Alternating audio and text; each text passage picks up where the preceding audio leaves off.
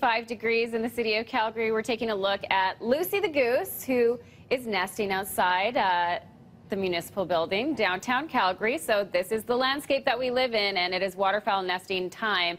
And we're finding out this morning what you should do if you come across a bird like a goose or other species this morning. And we welcome Jenna McFarland to the program with the Calgary Wildlife Rehabilitation Society. Good morning to you. Thank you. We're getting an education here this morning. And what is it about geese that makes us so frightened? Well, I think they're quite large, and certainly the ones that live in the city with us are no longer afraid of people. And especially when we come up on nesting season, which we're right in the middle of right now, they are aggressive and they are defending their nests and their territories. So that kind of freaks everybody out. Right. Okay. So what kind of power does one have if you have a nesting bird on your property? No power. None. So when birds are kind of deciding to make their nesting choice, so we've got ducks and geese, and they look like they're about to settle down, if you're not comfortable having them there, that is the time where you want to start to kind of shoo them away, right, or close off that area when they're nesting. Okay. But once they lay an egg, they are federally protected by the Migratory Bird Act of Canada. You cannot interfere with them in any way. Is there egg laying going on right now, or we're still in building the nest? We are in egg laying season. So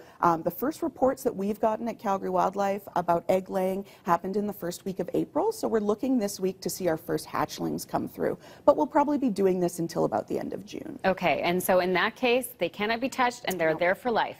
Yep, pretty much. So they will return every year to the same nesting area. You absolutely can shoo them away when you see them getting ready to hunker down.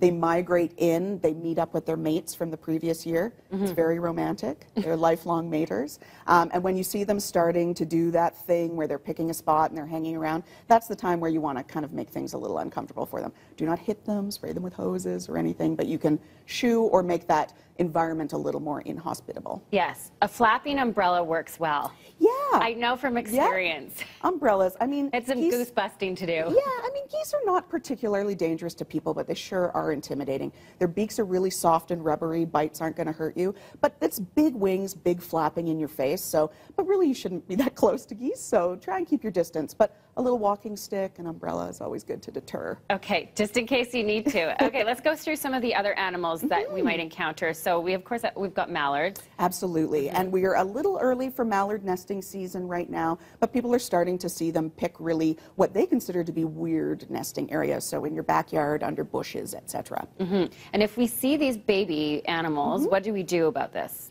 Well, if you ever see any ducklings or goslings without a parent around, that is definitely cause for concern. Unlike some of our mammal friends, hares and deer that get left alone quite a bit, ducks and geese, they're never left alone. So if you see any by themselves, you can always give us a call at Calgary Wildlife, and we will raise those orphaned animals. But if you see a mom just walking with her ducks, try not to intervene, even though it's a bit scary. Sometimes we see them on the roadways.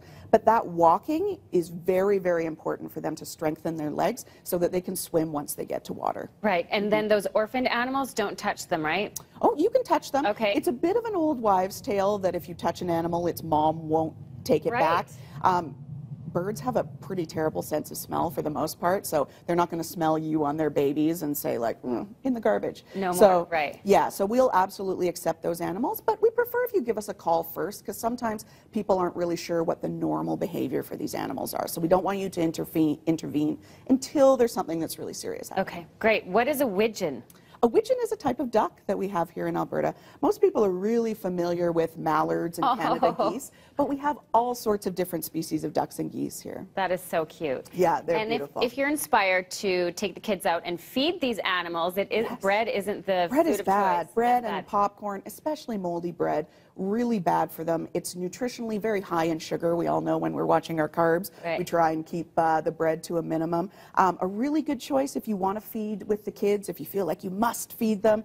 Frozen peas and corn are great, really nice to scatter, very nutritious, moisture dense. And even if you go to your local feed shop or a UFA, they have commercial duck feed there that's really nutritious, vegetable based, very inexpensive. You can make up little containers for your kids. Nice. It's really good for them. And when it sort of dissolves dissolves and falls apart, it's great for the environment. Okay, good. So that makes us perfect cohabitators when it comes to the birds and the wildlife that are downtown Calgary and throughout the city. Thank you so much. Great information. Thanks for having me. And of course, if you have any questions, Calgary Wildlife is a great resource for you. Wonderful. Nesting season is upon us.